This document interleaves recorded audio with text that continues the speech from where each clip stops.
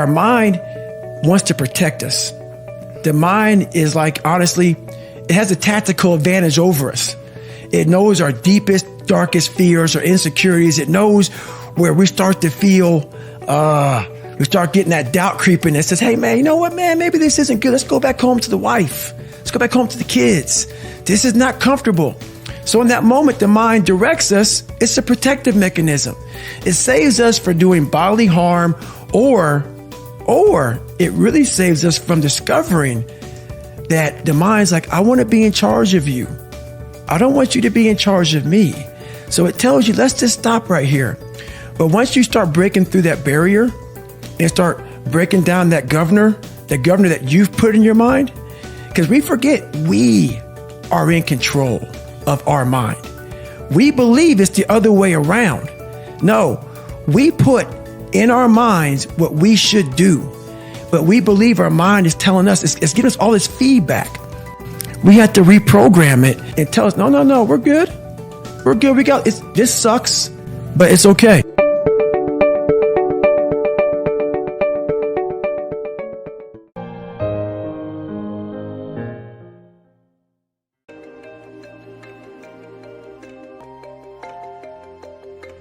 One of the most important things, because the subconscious mind really has fundamental programs of life that we acquire from our parents, our family, our community between the last trimester of pregnancy and the first 7 years.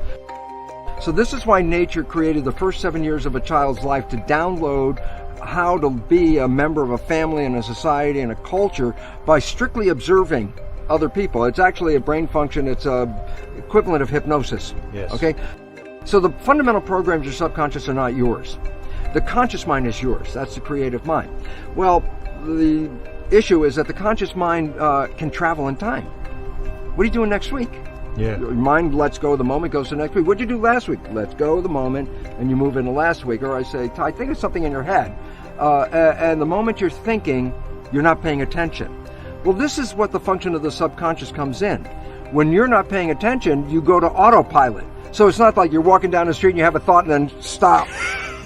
Like that. No, you continue walking. Yeah, but you're not paying attention. So it's a subconscious that does all the jobs from walking to driving the car. And so why is this relevant? Because when we're not paying attention and we default to the subconscious, we play the programs that are in the subconscious. And then I go, yeah, but the programs in the subconscious are primarily not yours. They came from other people. And most of them, as psychologists tell us, most of the programs we get are disempowering, self-sabotaging, and limiting.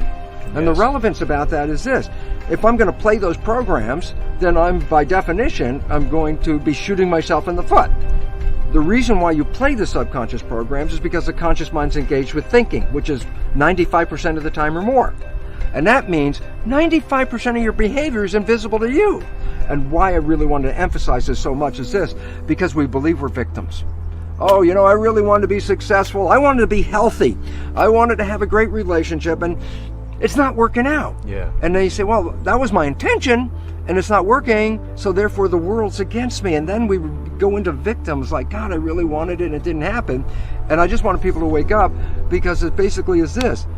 It's not the world against you at all. The world will give you everything. The issue is you're not operating from your conscious mind, except 5% at the most.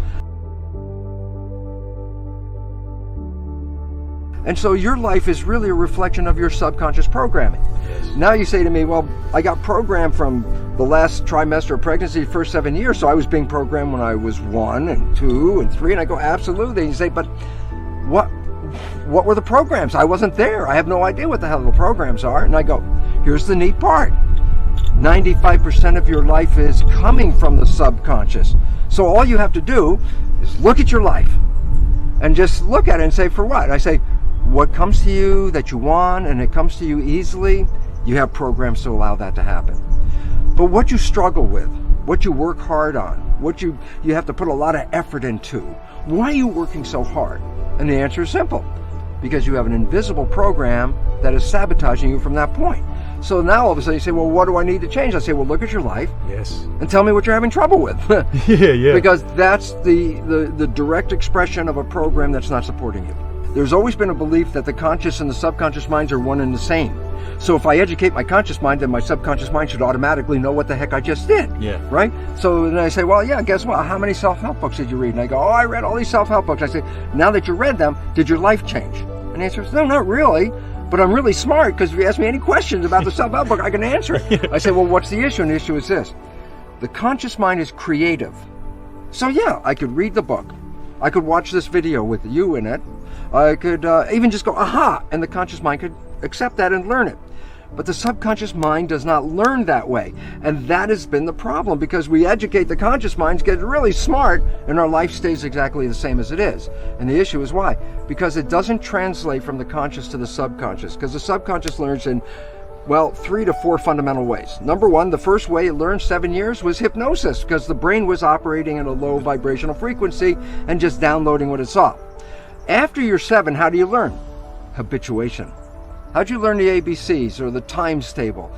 You had to repeat it and repeat it and repeat it, and finally you got it, and then you know how to do it. You want to drive a car? You have to practice and practice, and then you learn how to do it.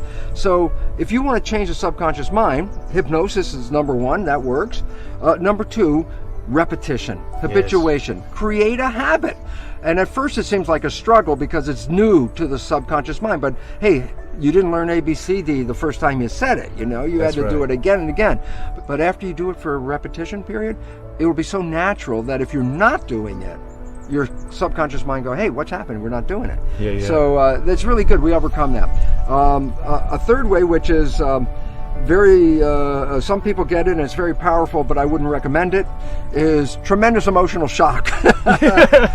Boom! Something happens in your life and it's so dramatic that after that moment, you're not going to be the same person. The subconscious got it right there, okay? Yeah. And the newer one and the better one is a whole new field of belief change modalities, which are also associated with what's called energy psychology. Yes. And these are wonderful because basically it's a form of super learning. And what's neat about it, the conventional things like hypnosis or habituation, there's a time element that takes a long time. Yeah. But these new belief change modalities, like a super learning experience, you can change a belief you've had your whole life, 50 years, and change it in 10 minutes. Yeah. And so this is really, it's a new type of psychology that's coming in, but it's really necessary because, as they say, necessity is the mother of invention. Yep. We're running into a world that has a lot of necessity to change very, very quickly. So we're really happy to see that there are ways of changing without going through all that anxiety and stress, so we can do it really quickly. My favorite one is the one that I use because I'm most familiar with it, but there's many of them in my books. I give a whole list, but the one I use is called Psych-K, like the abbreviation of psychology. Yeah. It actually represents psychological kinesiology. Yeah. And it's an exercise where you get your right and your left brain hemispheres to work in harmony, which they don't do on a normal day-by-day basis. And when you get them to work in harmony, that's called brain synchronization, a window sort of opens up and you can drop in a new belief in 5 minutes. You know, it's really fun because you say, well, what if you can release these programs? And that's the story of the Matrix, where I say, well, I take the red pill, I get out of the program. And then I say, yeah, but in real life, every time we've taken the red pill, I say, what's the red pill in real life? And the answer is falling in love. Falling in love with the person, or falling in love with your creativity, or whatever it is, falling in love. Because when you fall in love, what you're doing is so captivating and so engrossing and so desirable, you don't let your conscious mind wander. So the first time in your life, your conscious mind's staying present. And I said, well, why is that important? Conscious mind, wishes, desires, and aspirations. If you're operating from that mind, you manifest your wishes and desires. So my conclusion for all of this blah, blah, blah that I'm giving you is simply this. What if you go into the subconscious mind and change the programs in the subconscious mind so they reflect the wishes and desires of your conscious mind? What would that mean? And I'll tell you what it means. You'll live in a honeymoon for every day of your life on this planet for a simple reason. Yeah. If my conscious mind with wishes and desires begins to wander and I default into the subconscious and is playing my wishes and desires, I never left the honeymoon. Most people's stresses are not real immediate emergency stresses at all. They're beliefs of a fear that they won't have something, they won't have a job, they won't have food, they won't have a friend.